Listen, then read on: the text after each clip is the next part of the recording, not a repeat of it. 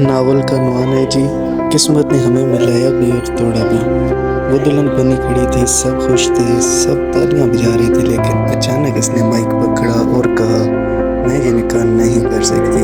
पूरा हाल खामोश था, क्योंकि जिस लड़के के साथ वो खड़ी थी वो उसके लिए मोहब्बत नहीं, इसकी मजबूरी थी। सवाल, अगर वो इसकी मोहब्बत थी ही नहीं तो फिर वो दोनों एक दूसरे के लिए रो क्यों रहे थे? ये कहानी सिर्फ मोहब्बत की नहीं, किस्मत के सबसे बड़े खेल की है आगाज। लाहौर की एक बड़ी यूनिवर्सिटी का कैंपस था, जहाँ हर तरफ जिंदगी अपनी रफ्तार से चल रही थी। कहीं हंसी थी, कहीं शोर था और कहीं खामोशी। इन्हीं सब के दरमियान एक लड़की ईमान अपनी किताब में सीने से लगाए आहिस्ता आहिस्ता चल रही थी। वो ज़्यादा बात नहीं करती थी, ना ही ज़्यादा हंसती थी, बस अपनी ही दुनिया में गुम रहती थी। इसकी आंखों में एक अजीब सी उदासी थी, जिसमें वो कुछ खो चुकी थी, मगर अभी तक उसे ढूंढ रही हो। मोहब्बत की शुरुआत। इसी दिन लाइब्रेरी में इसकी पहली मुलाकात एक लड़के हैदर से हुई। जब ईमान के हाथ से एक किताब गिरी तो हैदर ने फ़ौरन उठाकर उसे दे दी।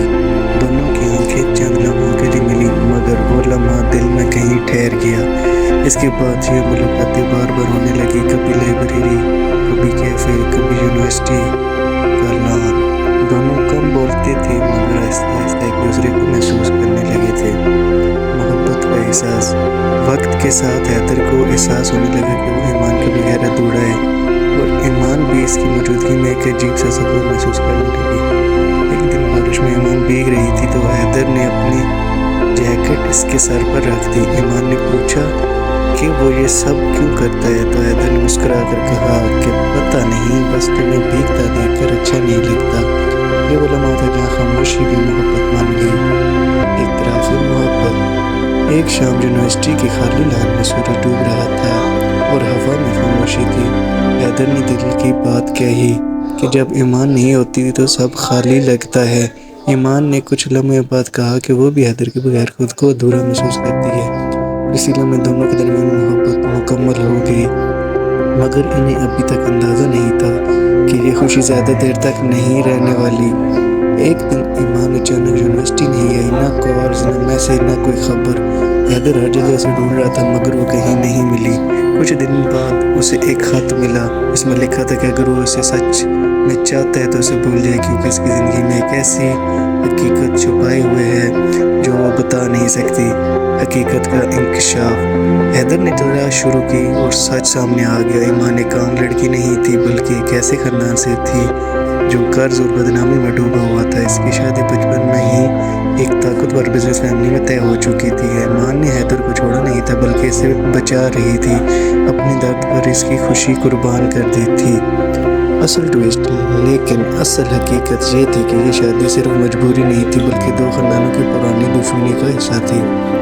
ईमान को एक मुआहदे के तौर पर और बदले के खेल में इस्तेमाल किया जा रहा था, और सबसे बड़ा झटका यह था कि हैदर के वालिद भी इस दुश्मनी के पीछे थे, जिसने इस मोहब्बत को एक ख़तरनाक जाम में बदल दिया था।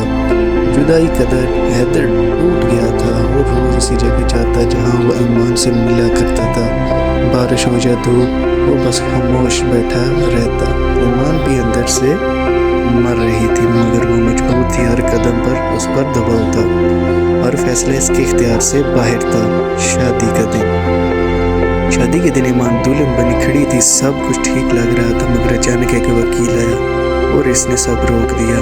ये शादी कानूनी तौर पर गलत है। पूरा हाल हिल गया और हकीकत सामने आने लगी कि सब कुछ झूठे कागजात और ताकत के खेल पर खड़ा था।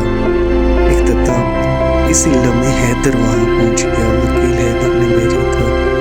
दोनों ने एक दूसरे को देखा और जैसे रुक गया। हैदर ने कहा कि तुमने मुझे छोड़कर भी नहीं छोड़ा ईमान। फिर इसने इसका हाथ पकड़ा और कहा कि अब कोई इन्हें अलग नहीं कर सकता, और वो दोनों वहाँ से चले गए। इस बार किस्मत इनके खिलाफ नहीं, बल्कि किस्मत इनके साथ थी। नेक्स्ट नावल आपके लिए लेके आऊँगा, कंप्लीट नावल इंशाल्लाह। तब तक चैनल के साथ जुड़े रहें। चैनल को सब्सक्राइब लाजमी करिएगा। आपके तामल का शुक्रिया।